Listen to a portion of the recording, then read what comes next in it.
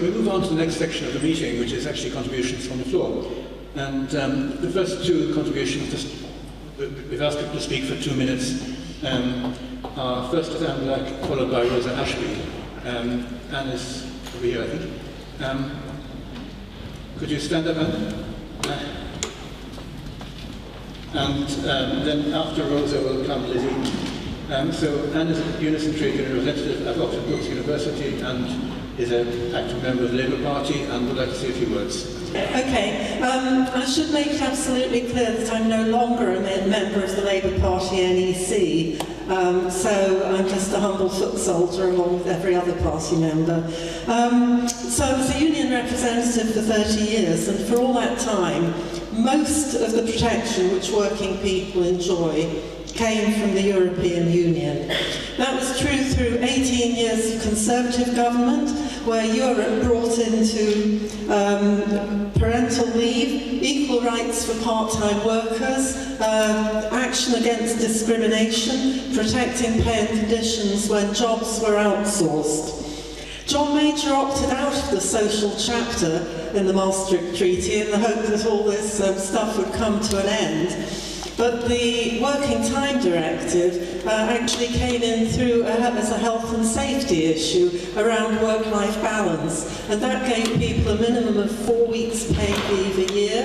It gave them a maximum 48 hours working week, although people could volunteer to opt out of that, and it also gave them rest breaks after a certain number of hours at work.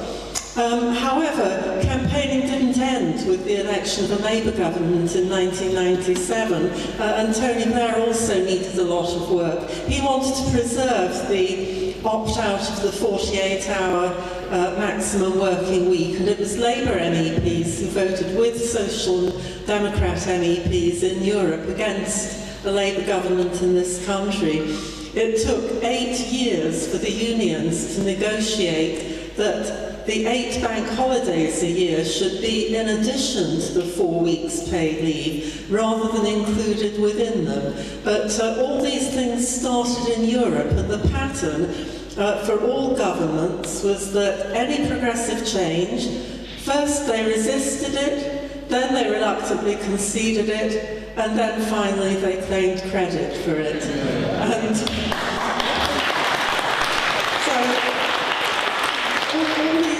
were backed up by the right of appeal to the European Court of Justice, which wasn't a plot to suppress us. It was a way of ensuring that workers' pay and conditions in this country could not be undercut by lower pay and conditions applied to workers from elsewhere. And that's absolutely fundamental to the future. Without it, we risk a race to the bottom, where the people who are worst off are likely to see their pay and conditions deteriorate further because they will not have that floor under them, and they will also see their jobs at risk from people from poorer European countries who are willing to work for less and put up with more. And the people at the bottom, as always, will lose most, and we will not realise the effect of losing that framework until it's too late. As Joni Mitchell said, they won't know what they've got till it's gone.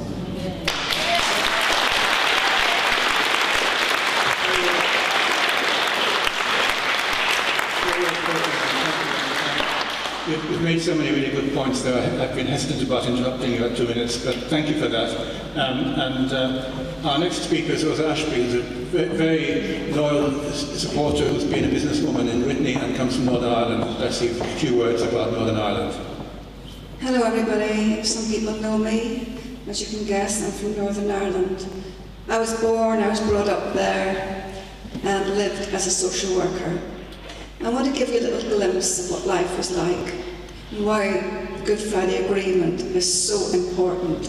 It must never go. It must be kept at all costs.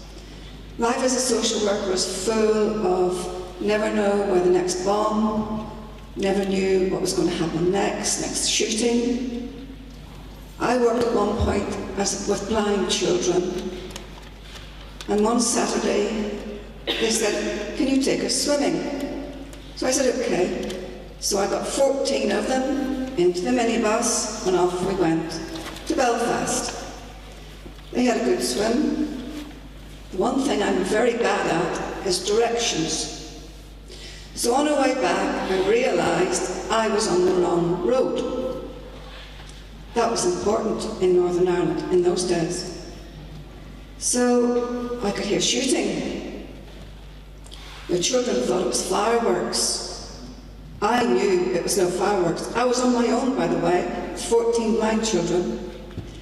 So suddenly the army stopped and said, "What are you doing?" I said, "The reverse gear has gone in the bus. I can't reverse. I can't turn. The road is full of vehicles. What am I going to do?" He mumbled something like, "Women drivers." So I said, "Okay, you get in." So he got in.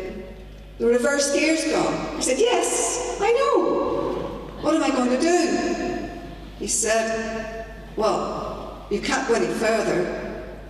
So he fortunately escorted me around the school and we came out the other side. Whew. On another occasion, still in the blind school, one Sunday evening, it was my turn to be there on a Sunday evening, there was a knock on the door. It was early evening, the children had not returned after being at home for the weekend. I opened the door. A man was standing there and he said, "What time is the minibus due back with the children?" I knew, but I wasn't going to tell him. I said, "Why?" He said, "I want to know." No, I said, "Why?" He said he pulled a gun out of his pocket. And he said, "Because the driver is going to get this." So I thought, oh boy. So I tried to find out where the driver, who happened to be a voluntary person working with the British Army at that point, he volunteered to do this job. I ran round all the homes where the children were living and I said, I found out where the next pickup was. I said, "Do never allow that driver back to school in Belfast, ever again. He must not come back under any circumstances. Get someone else." I never saw that man again, but at least I saved his life. These were normal occurrences in Northern Ireland. Shootings, bombings.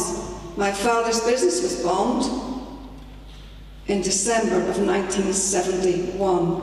He died 2 months later of a heart attack. On one occasion I was working in a children's home. I was working with kids in care. It was Christmas Eve. I had worked all day Christmas Eve, so I'd taken the evening off. 10 o'clock at night, I got a phone call. 3 of the girls had gone out for the day and had not returned. "What do you want us to do?"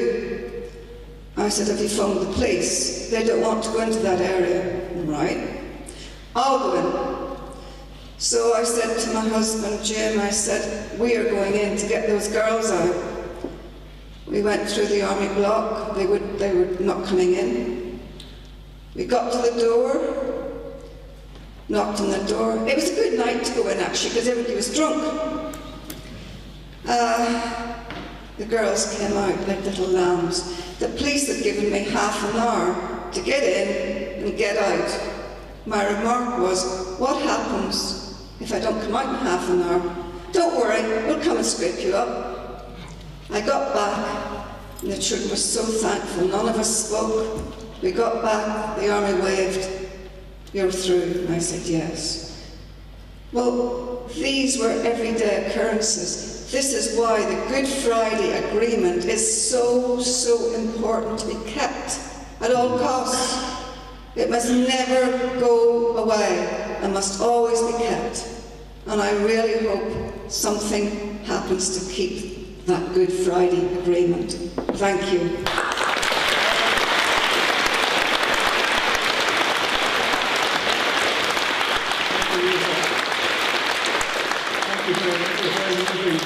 wonderful presentation. Once again, I hesitated to interrupt because I know that what you said with great passion, and I think we're all very moved by it. I'm going to ask the remaining speakers to try to keep within 2 minutes if at all possible. So our next speaker is going to be Liz Eden, who is going to talk to us about the Erasmus programme, of which she is the programme officer at Oxford University. Thank you very much. Good evening, everybody. I will do my best to keep this brief. It's my pleasure to be here this evening with such a distinguished company to reinforce the message from the University of Oxford that we are strongly advocating for a continued participation in the Erasmus Plus programme. We are and we will remain a truly global institution. Sarah kindly shared some national statistics on the Erasmus Plus programme earlier this evening. Just to contextualise that in Oxford, my team enables approximately 300 students each year to engage in this programme through traineeships, internships, work experience and study exchange opportunities. This is done both as an element of a compulsory element of their curriculum, but also as an enrichment to their curriculum. And in return, we receive approximately 50 incomers on formal exchange placements and many more undertaking traineeships throughout the university. These incoming students help enrich our academic community enormously. And it's very clear from the feedback that we receive from our participants how valued this programme is, and it will be a tremendous shame if we lost that. I'll wrap up because my time is short. It's been said earlier, there's been a lot of discussion about the role that young people have to play. I would just like to finish by saying how important the Erasmus programme is for training and developing our young people as global citizens.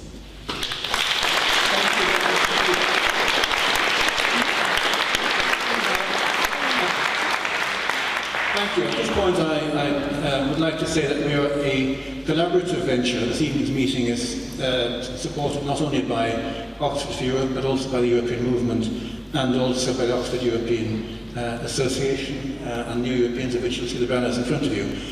So on that note, I'd like to introduce Uwe Ziegler, who would like to say a few words about those organisations. Right, thanks very much, everyone.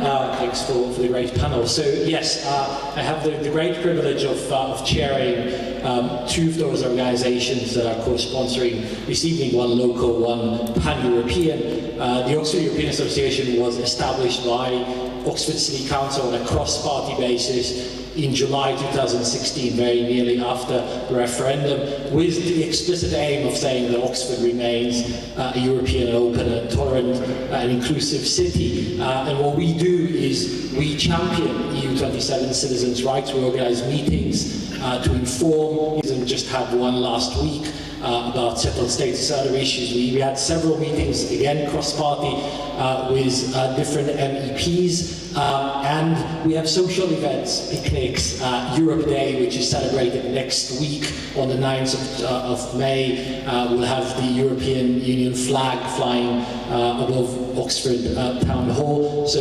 please do, if you live in and around Oxford, please do join us. The second organisation, as Peter has mentioned, is a pan-European organisation called New Europeans, indeed, established in 2012 to champion the rights of those mobile EU citizens, like Alexandrine, people who have exercised their EU citizens' treaty rights and have moved to another EU member state and are a silent minority, as we saw in the referendum.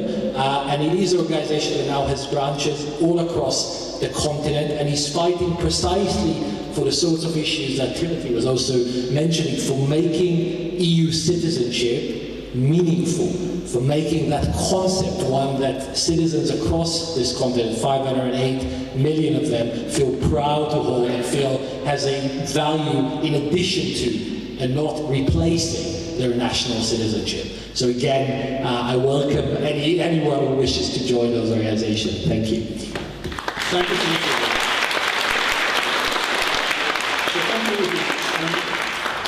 To those of you, and I know there are many who are going to ask questions, hopefully we'll have a chance to ask them informally later on at the end of the meeting, but unfortunately we need to draw a meeting to conclusion at past. So that leaves us 4 segments of 2 minutes each And the first one is going to be Annette Shaw, who's one of our loyal members, who will say something about what it's like being a European living in Oxford. And then I'm going to ask the speakers each to give us 2 minutes to sum up. Annette. Hi, good evening. Yeah, my name is Annette Shaw. I'm talking to you about the benefits of freedom of movement. In 1981, I came to the UK from Germany as an au pair, living, working in Britain and studying English. Subsequently, I built my life in this country, which was made easy by being able to move freely across Europe. I met and made friends with other people from France, Germany, Switzerland, Scandinavia, from outside the EU, and people from Britain. I lived in London and I found it was a city who welcomed everyone no matter where they came from. I fell in love with an Englishman and we married. Well, we're not together now, but we still send each other Christmas cards.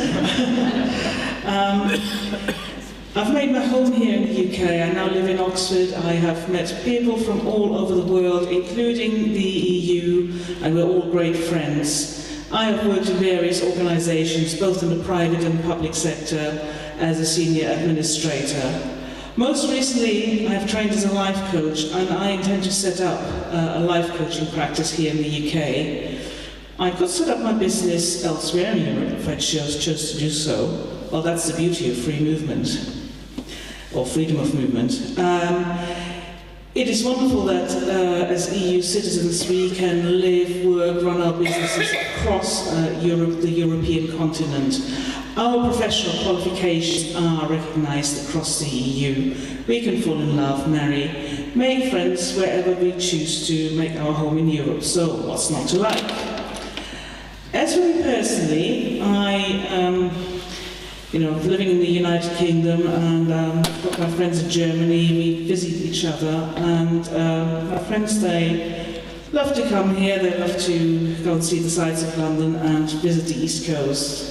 It's so easy to jump on a plane to Hamburg as well, stay with my friends there, or with my family in southern Germany, and it's pretty cheap as well. So I'm looking forward to seeing my friends in Hamburg in the summer. And since we're on the subject of EU citizens and their rights, I would like to mention an organisation called the 3 Million. I think they've been mentioned here a few times now. They have worked and campaigned tirelessly on behalf of the 3 million EU citizens living and working in the UK, making sure that EU citizens continue to be protected should Brexit happen. Well, fingers crossed we can stop it. They also have an Oxford branch. You can find them online, and they have a Facebook page. Please support them so that they continue working on your behalf to protect your rights. And I want to finish by saying that freedom of movement is something very precious. Thanks very much.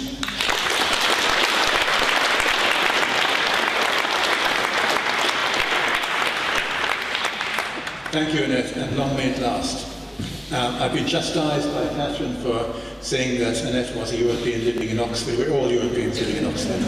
So I washed my mouth out with soap. So that brings us to near the end of the meeting, and I'd just like to ask each of the panelists in turn to say a couple of words by way of conclusion. Timothy. First of all, I think we should make Peter Burke President of the European Council, because he's a formidable chairman. Give him a round of applause. I've now used 20 seconds of my time with Martinet for timekeeping. So the most famous poem in the Polish language, Pan Tadeusz, begins, "Lithuania, thou art like health. How much we should value you, he alone knows who has lost you." So he's saying, I've lost Lithuania, it's like losing your health. And I think it's like that with Europe and with membership of the European Union. And we are like Adam Mickiewicz, the poet of Pan Tadeusz. We're in that situation where we're just beginning to wake up to how much we risk losing. I've been at all the three big people's vote marches in London, the relatively small first one, bigger and yet bigger. I have nowhere in all my 40 years of travelling across Europe seen a bigger pro-European demonstration than we had in London. in March, and that's an amazing fact. The next closest thing was the Orange Revolution in the Ukraine, which was a sea of European flags. So it's the country which is just outside and really wants to get in, and the country which is inside but is just about to come out, where we really mobilize. But we haven't lost our health yet.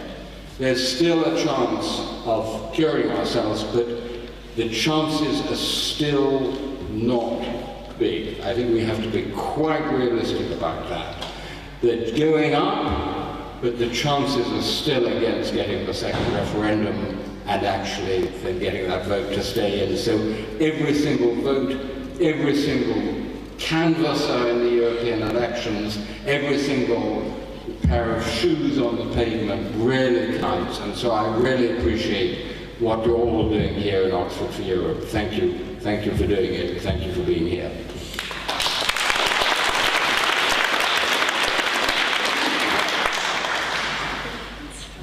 This for me has been fantastic because I came as an academic with lots of evidence, but I've learned a tremendous amount, so thank you. The three simple points I want to make is that I think at the moment when we think of Brexit, we tend to think of the economic damage it's going to do, and I think we tend to neglect the social, long-term social damage it will do. Not just that we will lose so many wonderful European citizens that are from our country, but also as we move, it won't just be division between Leave and Remain, there also I think will be huge intergenerational conflict. And I say this because I sit on the House, or I've just been sitting on the House of Lords Intergenerational Fairness Committee. They got a lot of press because they talked about getting rid of the BBC licences for the over 75s, which I do not support. It wasn't me.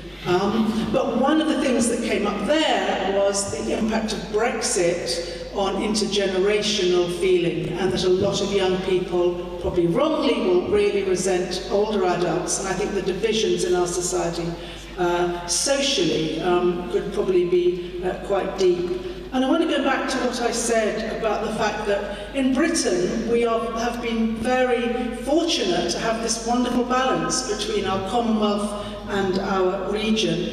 I was in Paris on April the 15th, which may not mean much to you till I say I walked along the Seine, looked up, saw some smoke, and then watched Notre Dame burn along with a variety of Parisians and others. And what was really interesting for me that came out of some of the discussions after that was the fact that actually Notre Dame is also an English cathedral. Two of our kings were crowned there. Mary, Queen of Scots, was married there. Charles I was married there. And I think that if we can get a confirmatory people's vote, then we could be very positive, because I think one of the things we can say is that we will have an amazing platform here in Britain to really engage with Europe, to support and rebuild and change Europe, and maybe when we're all very depressed in the morning, that is something that we should clutch onto. So thank you.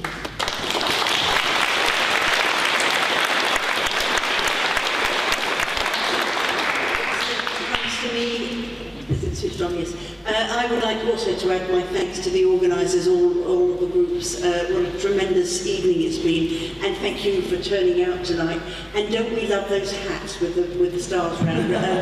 Inspired, I think, in no small part by the Queen's hat, which he opened Parliament, which they've forgotten to do. They just rolled over Parliament again. There is another group that I work with in the European Parliament, and that's called Remain in Spain. It's Brits living in Spain and elsewhere, and I think they should get a mention because they've been doing terrific work. What we lose, we've heard tonight all sorts of things, from protections to our standards, managing to stop the donkey meat scandal, you'll remember that, Volkswagen, and air quality that we all breathe, that we are setting targets for that, safety standards. Just one point I wanted to come back to, that we spoke earlier about how Brexit has stopped the Grexit, the Frexit, all the other countries. But what you're seeing is the far right is still there. They may not be saying they want to leave the European Union, but they are now turning their fire on women's rights, reproductive rights, gay rights, the human rights that the European Union has stood for and defended and battled to get done. And you know, democracy is so very fragile. We get used to it. We think it's safe, and it isn't. And I think we all have to look to that right-wing element that is working very hard to undermine our democracies right across the European Union. European Union is all about people. And that is something, we have a group of us tonight here, and those rights are what we must defend. You know, the Brexiteers, they said it would be easy to leave the European Union. They lied to us. And we have to keep holding them to account. Don't just run away from the Farages that we meet, the little Farages that we meet in the streets and on the doorsteps. Challenge them. What do you think the UK is going to be like outside the European Union? They don't have a plan. Mrs May has cobbled together a half-baked plan. David Davis hasn't got a plan. IDS, Rees-Moggs, they don't have a real plan. Challenge them and hold them to account. Because the lies, the overspending, the corruption in the electoral process is something that we risk losing at our peril. And so again, thank you all for coming tonight. It's been absolutely fascinating to hear from our other speakers too. And I wish you all a safe journey home. Thanks.